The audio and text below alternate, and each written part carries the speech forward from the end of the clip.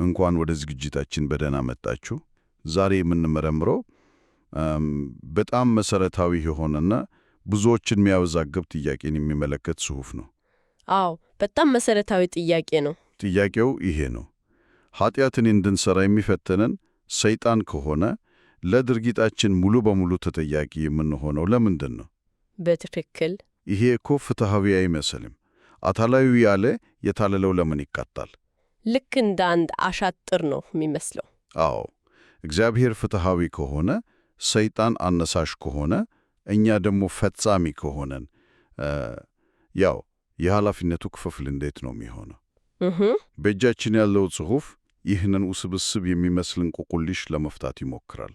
የዛሬው ዓላማችንም ይህ ጽሑፍ የሚያቀርባቸውን መከራከሪያ ነጥቦች አንድ በአንድ እየፈታታን ግልጽ ማድረግ ነው። አዎ፣ ስለ ፈተና፣ ስለ ነጻ ፍቃድ እና ስለ መለኮታዊ ፍትሕ ያለንን ግንዛቤ የበለጠ ግልጽ ማድረግ ነው። እስኪ እንግዲህ ይህንን ክር መፍታት እንጀምር። በጣም ጥሩ መነሻ ነው። በትክክል እንቆቅልሽ ነው። ጽሑፉም ይህንን እንቆቅልሽ ለመፍታት የሚጀምረው ከመሰረቱ ነው። 7 መነሻ ሐሳቦችን በማስቀመጥ 7? አዎ 7። ግን ለውይይታችን እንዲረዳን የመጀመሪያዎቹ 3ቱ ላይ እናተኩር። እሺ። አንደኛ፣ የኃጢአት ዋና ምንጭ ሰይጣን መሆኑን ያስቀምጣል።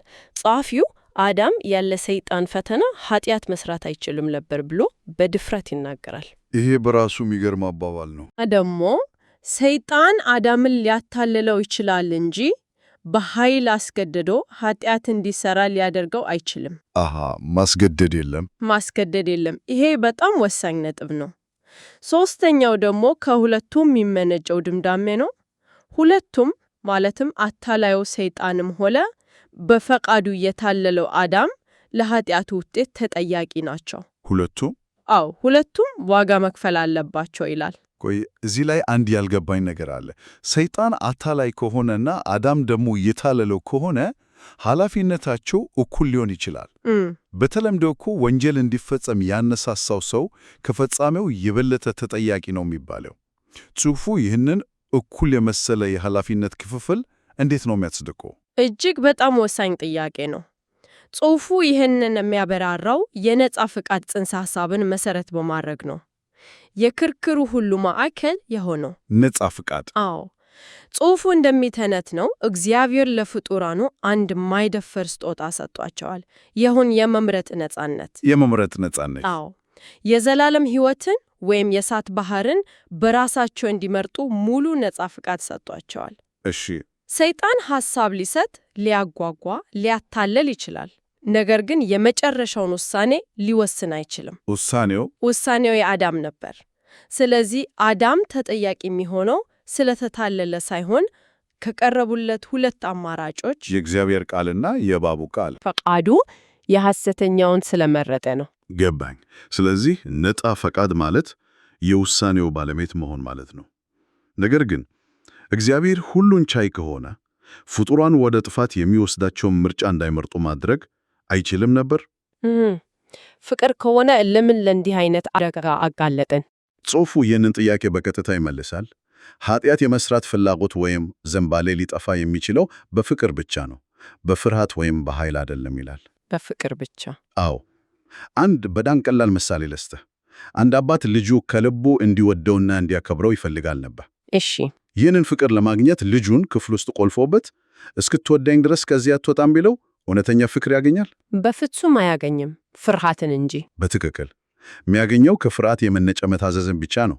እውነተኛ ፍቅር ምርጫን ይጠይቃል እኮ። ምርጫን ይጠይቃል። አዎ። እግዚአብሔርም ከፍጡራኑ የፈለገው ይህንን በፍቅር ላይ የተመሰረተ ግንኙነት ነው። ለዚህም ነው የመምረጥ ነጻነትን የሰጠው። ያለዚያ ያው ፍጡራኑ ፍቅር ያላቸው ልጆች ሳይሆኑ ፕሮግራም የተደረገላቸው ሮቦቶች ይሆኑ ነበር። ይህ ምሳሌ በጣም ግልጽ ያደርገዋል። ስለዚህ ነጻ ፈቃድ የምርጫ ጉዳይ ነው። ምርጫ ደግሞ አደጋ አለው። የእግዚአብሔር ፍትሕ ደግሞ በዚያ ምርጫ ላይ ይመሰረታል። እዚህ ላይ ጽሑፉ ወደ አንድ በጣም አስገራሚ ንጽጽር ይገባል። ተታሎ ኃጢአት መስራት እና አውቆ ሆን ብሎ ኃጢአት መስራት። አዎ። በመካከላቸው ትልቅ ልዩነት እንዳለ ያስረዳል። ይህንን ልዩነት እንዴት ነው የሚያስቀምጠው? ለምንስ ነው ይህ ልዩነት ወሳኝ የሆነው? ይህ ልዩነት የሁሉም ነገር ቁልፍ ነው። በተለይ ለንስሐ በር የሚከፈተው ይኸው ነው። ለንስሐ አዎ፣ ጽሑፉ እንደሚለው ተታሎ ኃጢአት የሠራ ሰው ድርጊቱ በማታለል ላይ የተመሠረተ ስለነበር ውመቱ ሲገለጥለት ተሳስቻለሁ ብሎ ንስሐ መግባት ዕድል አለው። ምክንያቱም ሙሉ በሙሉ የራሱ ውሳኔ አልነበረም። ሙሉ በሙሉ በራሱ ዕውቀትና ያልተዛባ ፍላጎት ላይ የተመሠረተ አልነበረም። ውጫዊ የሆነ የማታለል ግፊት ነበር።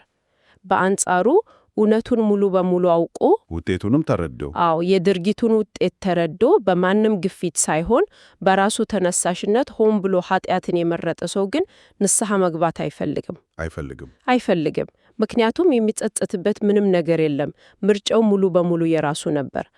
ይህንን ነው የመረጥኩት፣ አሁንም ደግሞ ይሄው ነው ምርጫዬ የሚል አቋም ነው ያለው። ስለዚህ ጥያቄው የተሰራው ኃጢአት ትልቅ ነው ወይስ ትንሽ ነው የሚለው ሳይሆን ከጀርባው ያለው የእውቀትና የፈቃድ መጠን ነው ማለት ነው። በትክክል ዋናው መለኪያው ይኸው ነው። ጽሑፉ እንደሚጠቆመው የሰው ልጆች ኃጢአት በሙሉ የሚጀምረው ከመጀመሪያው ምድብ ነው፣ ከፈተናና ከማታለል። ዋናው ምሳሌ አዳም ነው ማለት ነው። ዋናው ምሳሌ አዳም ነው። አዳም ኃጢአት የሰራው ስለተታለለ ነው። ለዚህም ነው ንስሐ የመግባት ዕድል ያገኘው። እሺ። ጽሑፉ ከዚህም አልፎ ስለ ዕውቀት ደረጃ አንድ መርህ ያስቀምጣል። ብዙ ዕውቀትና ብርሃን ያገኘ ፍጡር፣ ለምሳሌ በሰማይ የነበሩ መላእክት ኃጢአት ቢሰሩ ንስሐ መግባታቸው እጅግ በጣም ከባድ ይሆናል። ለምን? ምክንያቱም የድርጊታቸውን ክብደትና የሚያስከትለውን ውጤት ጠንቅቀው ያውቃሉ። ስለዚህ የእነሱ ውሳኔ ወደ ሆን ብሎ መምረጥ የበለጠ ያዳላል። ገባኝ። የሰው ልጅ ግን ውስን በሆነ ዕውቀቱ ምክንያት ለስህተትና ለማታለል የተጋለጠ ነው። በትክክል። ይገርማል። ሆን ብሎና ተታሎ መስራት መካከል ይህን ያህል ልዩነት ካለ የመጀመሪያውና ትልቁ ምሳሌ ሆነው አዳም የትኛው ምድብ ውስጥ ነው የሚወድቀው? የእሱ ታሪክ እዚህ ላይ ወሳኝ ይመስለኛል። በጣም ወሳኝ ነው። ጽሑፉ አዳም ሔዋንን ከመወደዱ የተነሳ እንጂ እግዚአብሔርን ለመቃወም ብሎ የተከለከለውን ፍሬ እንዳልበላ ይገልጻል።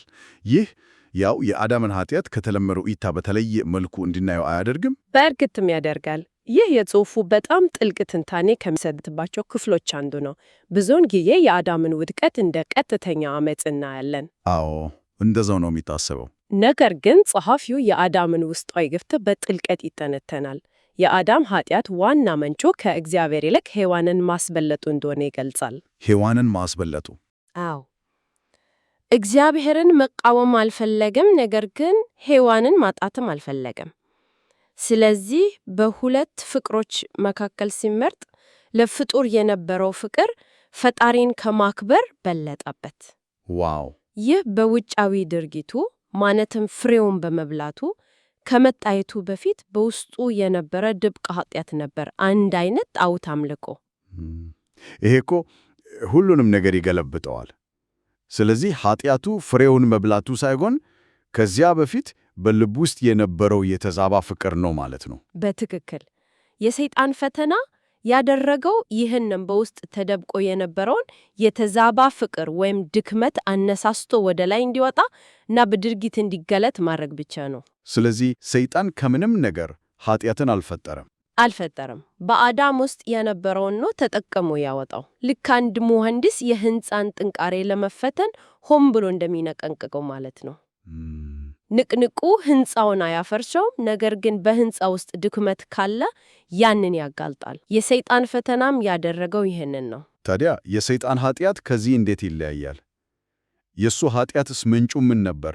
እሱ በማን ተጣለለ? እዚሁ ላይ ነው ወሳኙ ልዩነት ያለው። የሰይጣን ኃጢአት ከአዳም ኃጢአት ፈጽሞ የተለየ ነው። ፈጽሞ። ሰይጣን ኃጢአት የሰራው ሆን ብሎ በማንም ሳይታለል በራሱ ተነሳሽነት ነው። ምንጩም ከውጭ የመጣ ፈተና ሳይሆን ከውስጥ የመነጨ ትዕቢት ነበር። ትዕቢት? እግዚአብሔርን በመቃወም እና የፍጥረት ንጉሥ ለመሆን ካለው ፍላጎት በመነሳት ነው።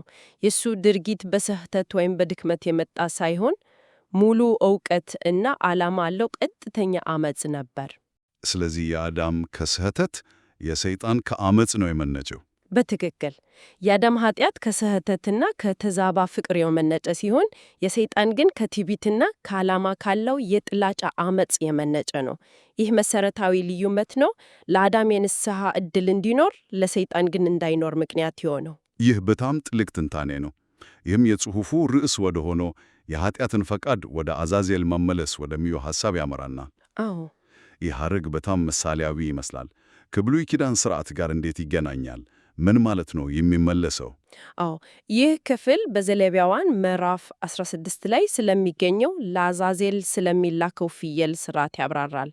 በዚያ ሥርዓት በስርየት ቀን ሊቀ ካህናቱ የእስራኤልን ኃጢአት በሙሉ በፍየሉ ራስ ላይ በምሳሌያዊ ሁኔታ ከጫነ በኋላ ፍየሉን ወደ ምድረ በዳ ይለቀዋል። አዎ ይለቀዋል። ይህ ፍየል ለአዛዜል የተባለ ነው። ጽሑፉ ይህንን እንደ ምሳሌ በመውሰድ በመጨረሻው ፍርድ ወደ ሰይጣን አዛዜል የሚመለሰው የሰው ልጆች የሰሩት ኃጢአት ራሱ ኃጢአቱን ራሱ አይደለም፣ ኃጢአትን እንድንሰራ ያነሳሳን የሐሰት ሐሳብ ወይም የኃጢአት ፈቃድ ነው ይላል። ይህንን ትንሽ ግልጽ ማድረግ ያስፈልጋል። ኃጢአቱ ራሱ ሳይሆን የኃጢአት ፈቃድ ይመለሳል ሲባል ምን ማለት ነው? ጽፎ በኢሜይል ይልካል እንበል። እሺ፣ አንተ ያንን ኢሜይል ከፍተህ ቫይረሱ ኮምፒውተርን ያበላሸዋል። አሁን ለተበላሸው ኮምፒውተር ኃላፊነቱ ማን ነው?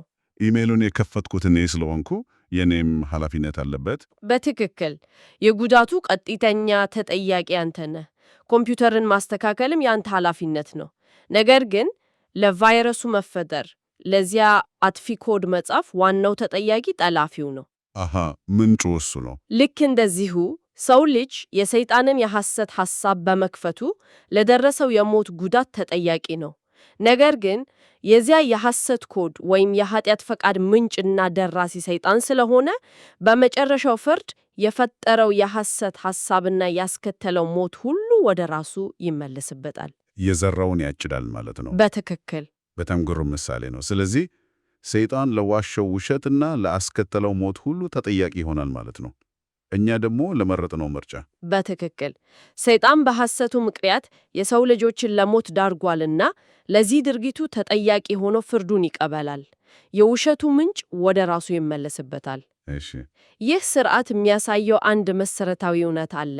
ሰይጣን የሰውን ፈቃድ መቆጣጠር ወይም ኃጢአትን ከምንም ሊፈጥር አይችልም።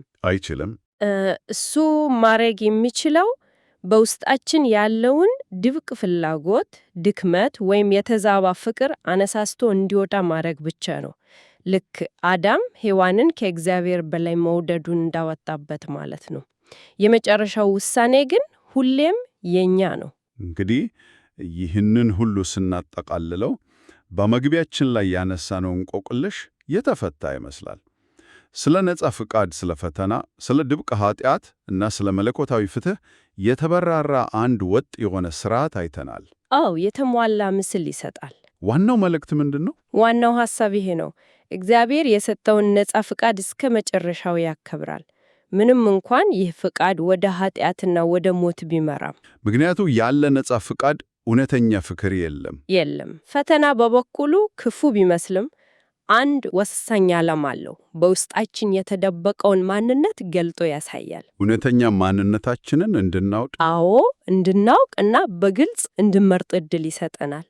በጣም የሚገርመው ደግሞ ጽሑፉ እንደሚለው እግዚአብሔር የሰይጣንን ክፉ ድርጊቱ እንኳን ሳይጨር ተጠቅሞ በመጨረሻ በመስቀል በኩል የራሱን ፍቅርና ፍትሕ በመግለጥ የፍጥረትን የማዳን ዕቅዱን ይፈጽማል። ስለዚህ ሰይጣን ኃጢአትን ቢያነሳሳም የመጨረሻው ምርጫና ተጠያቂነት ግን በራሳችን እጅ ነው። በጣም አስተማሪ ውይይት ነበር። በመግቢያችን ላይ የጠየቅነውን ጥያቄ ጽሑፉ በራሱ መንገድ መልሶታል። ነገር ግን አንድ ያልተመለሰ ጥያቄ ለአድማጭ የሚተው ይመስለኛል። ይኸውም ጽሑፉ እንደሚለው የሰይጣን ፈተና በአዳም ውስጥ ቀድሞውኑ የነበረን ድብቅ ኃጢአት ነው ያወጣው። አዎ። ይህ እንግዲህ አንድ ጥያቄ ያስነሳል። ነጻ ፈቃድ እውነተኛ እንዲሆን የኃጢአት ዕድል መኖር ካለበት እና ፈተና በውስጥ ያለውን የሚያወጣ ከሆነ አንድ ፍጡር ክፉን የመምረጥ ዕድሉን ገጥሞ ሳያሸንፍ ከመጀመሪያው ፍጹም መልካም ተብሎ ሊፈጠር ይችላልን? በጣም ከባድ ጥያቄ ነው። ወይስ መልካም መሆን ማለት ክፉን የመምረጥ አማራጭ እያለ መልካሙን መምረጥ ማለት ነው? ይህንን እያስቡን ሰናበት።